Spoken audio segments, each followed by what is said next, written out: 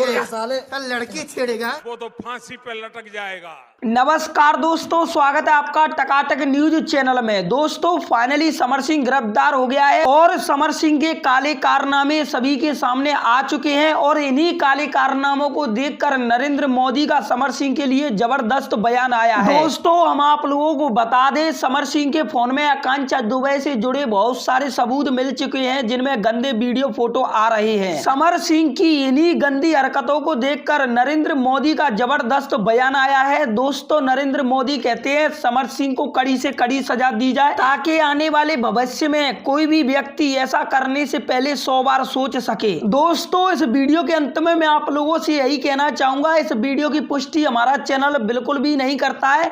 हमने आप लोगों को जितना भी जानकारी दिया है वह सब जानकारी हमें न्यूज रिपोर्टरों की तरफ से मिला है।